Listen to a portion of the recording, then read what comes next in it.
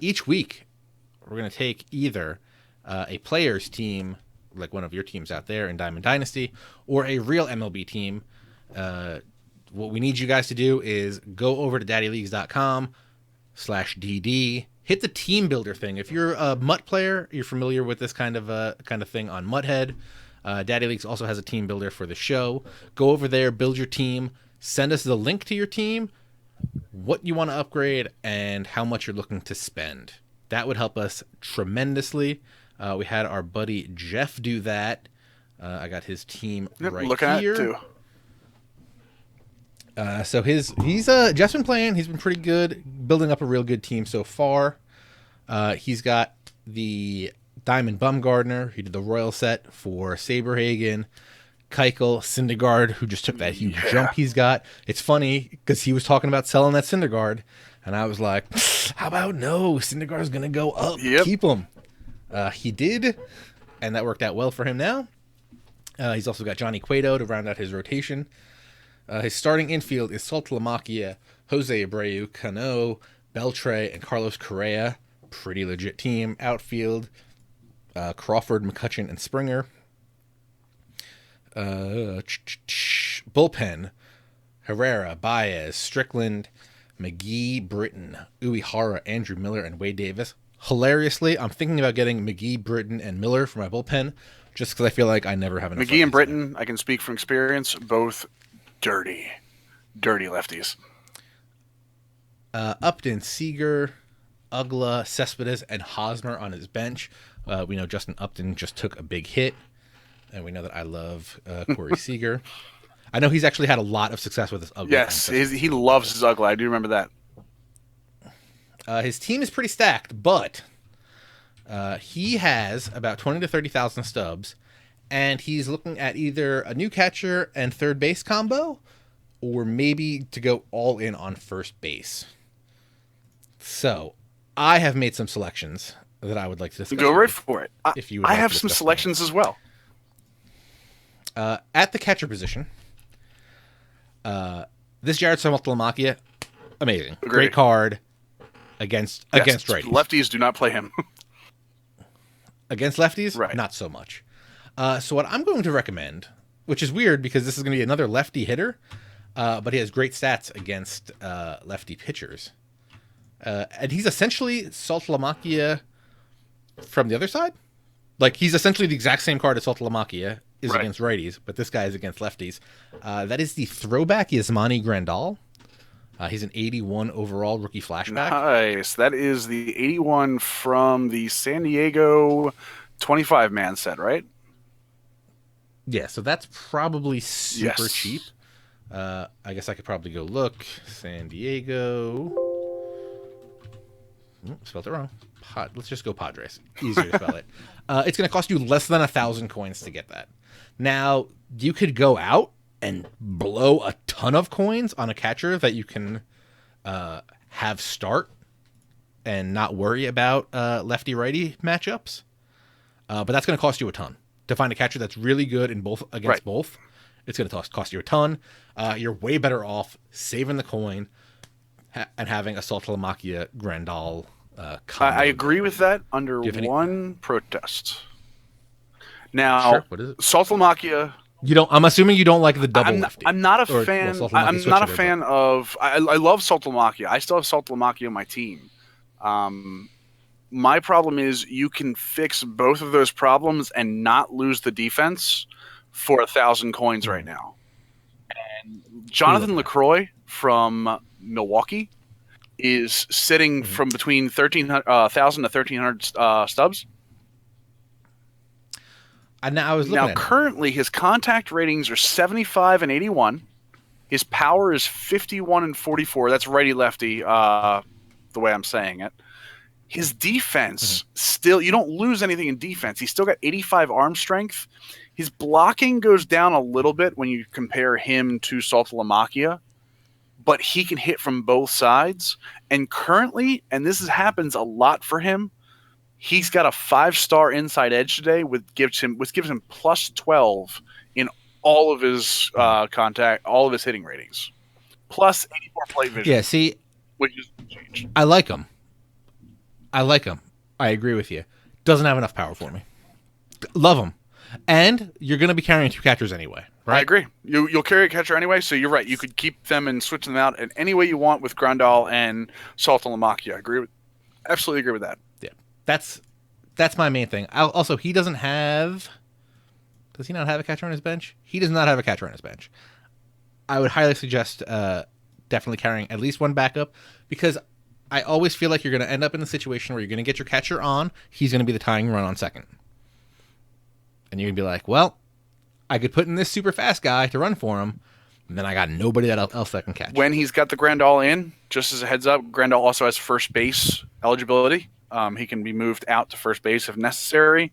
Also, pay attention to the run game, because I think, and I don't know this offhand, I think Grandal's in the low 70s arm strength. So just keep an eye on your running game. Maybe throw over once or twice extra to lower that jump. Yeah, I mean, and if you're going to get a Lucroy that can do the contact both ways, I would even suggest maybe doing like a Victor Martinez on your bench, just so you have the emergency catcher that he's got the secondary position, but he can also hit. And I think, doesn't Martinez have a really strong arm, which is weird, like a weird strong arm? Does he? For some reason, someone told me he had an extremely strong arm, and I absolutely said, no, there's no way. No, he's got 73. That's still insane for somebody who's never played catcher. But well, I mean, hasn't for years. Yes, For years. well, yeah, I mean, for years. Not I'm sorry. years, yeah. But 52 fielding, 59 accuracy, 44 reaction. So, it's and I know his blocking It's is tough. like 72. But I mean, but I know there's a lot of people that go out there and they will run him as their starting catcher because he's got so much offense that it makes it worth it. Agreed. Yeah. So my suggestion: go with Yasmani Grandal. Yours is to go with Jonathan LaCroix. Also, with his budget, that gives you a lot of money to spend at the other position. Actually, it's funny. My thing works out currently where he could buy all the players. The players that I have lists that are going to come through here. I have a very specific. If you to stay under the 20,000, he could go with like 4 or 5 of them. I also keyed in on a couple of spots that he didn't ask for too. So just in case. What's going on, J Money Dog? Welcome to the chat. For third base, I have 2 spots for him. I have David Freese, and I'm looking at Matt Carpenter. Like him. He's got Adrian Beltre. Yeah, that's the thing. These guys. Also, it's the throwback David Freese. Right. I get that. The only thing I worry about is you're going to pay for that Freeze, and if he's got the Beltre already, I'm just not sure. Yeah, I think the Beltre is the top. Unless you're going to blow a ton and go out and get a diamond. Right. I think you stick with Beltre. Unless there's something with Beltre that you don't like, maybe it's his batting stance. I know his batting stance is a little funky, so if you might want to take a look at the Freeze. I've had a lot of luck in Battle Royale with the regular Freeze, which has been weird because he's not like super high ranked, but he's worked out well for me. But I think my better option, and if you like, let's say you get Grandal and Matt Carpenter, who's going for. Like the buy is 77 and the sell is 6,000, so you're going to be somewhere in there, which is still pretty affordable. Carpenter is going to give you a lot of contact and power as righties, which is nice. I will give you one other third baseman that is going to fly under the radar, and I'm not sure if this is going to be great for Jeff's team specifically, but Ryan Zimmerman, live series first baseman for the Nationals. Listed as a first baseman, but currently has, and I'm going to read it, contact against righties 65, lefties 77, righty power 63, lefty 71. But he's got third base and left field eligibility. He has a 74 clutch. He has 87 fielding, 80 arm strength, and 80 reaction. So even when he moves over to third base from first base, it's going to be a small change, small penalty. And if you're looking for somebody that can play over there for you and still hit consistently, that might be a guy as well. Yeah, the thing I like about Carpenter also is that he can play second base for you. And I feel like he's almost always on an IE boost of plus $10. Oh, absolutely. And which gives him 89 contact and 88 power against righties, and puts him into the 60s and 70s for contact. I think he's almost better suited in this game to play second base too, with his arm. Mm-hmm. So yeah, it's weird. A lot of the times it'll put Mookie. If I do the auto generate lineup, it'll put Mookie Betts on third base or second base for me. I've also seen Matt Carpenter going there because I also have Rizzo. No, who's my third baseman? Chris Bryant, who usually gets a 90 with the IE boost, and then it moves Carpenter to second base. So, those are my selections for there. If he's going to go all in on a first baseman, who do you got? Not to go all in, but to supplement the entire team, I picked, again, a little homer bias, but Chris Davis. Chris Davis right now is, I think, about 5,000 stubs. Double checking that. Yeah, buy at 488 or 4888 and sell at 5673. Mm-hmm. Chris Davis, one of the things I really like is he's a fielder with 84 fielding. I know some people have seen that first baseman drop sometimes. I'm sure with like a guy like Abreu who has the hitting stats, sometimes you don't get all the fielding you want out of that.